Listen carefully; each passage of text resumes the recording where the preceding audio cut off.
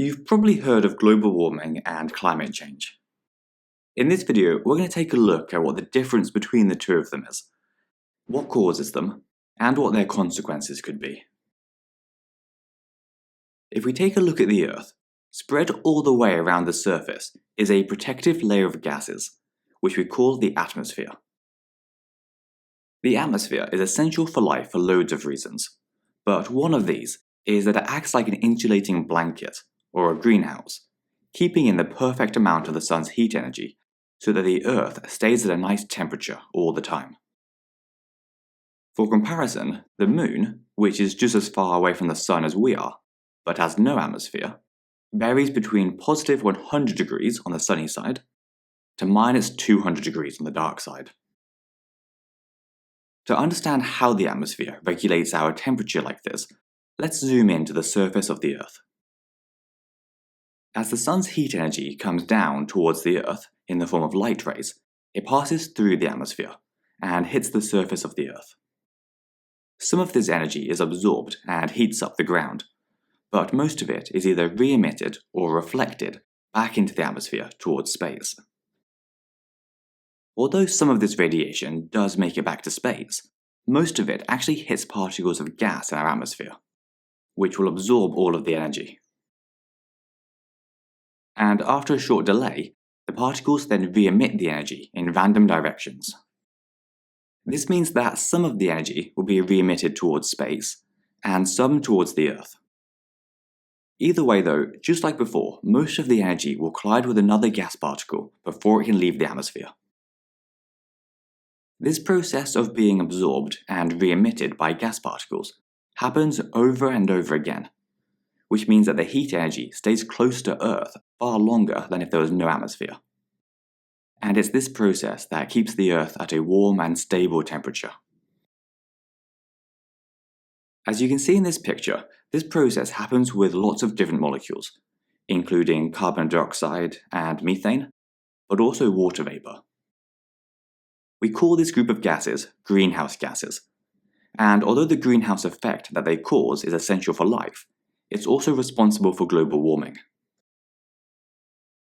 In the 4.5 billion years that the Earth has been around, the strength of this greenhouse effect has grown and shrunk over and over.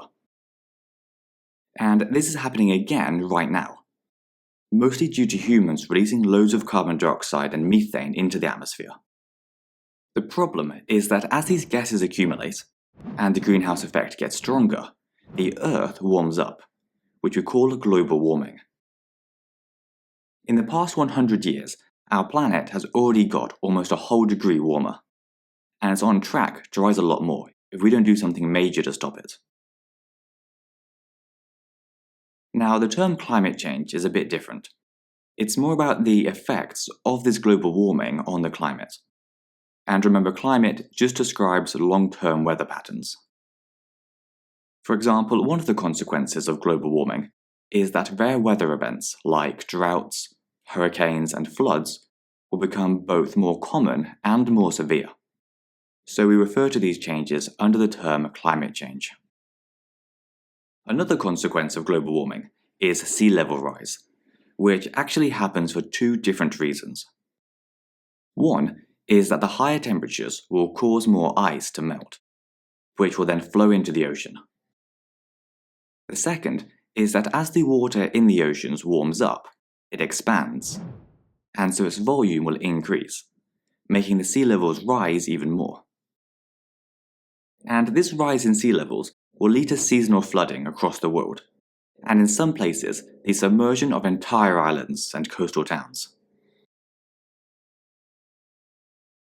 Climate change will also have a more general impact on the wild organisms across the world. As temperatures and rainfall patterns change, species that were perfectly adapted to their environment might not be able to survive anymore. In some cases, species might be able to adapt to the new conditions, or maybe migrate to other regions where the conditions are a bit better. And we are seeing these things happen in some places already. For example, lots of species are slowly moving towards the poles where it's cooler. Unfortunately though, lots of species can't adapt or migrate fast enough. and biodiversity is likely to fall dramatically in the next few decades. And that's it for now. If you enjoyed it, then please give us a like and subscribe, and we'll see you next time.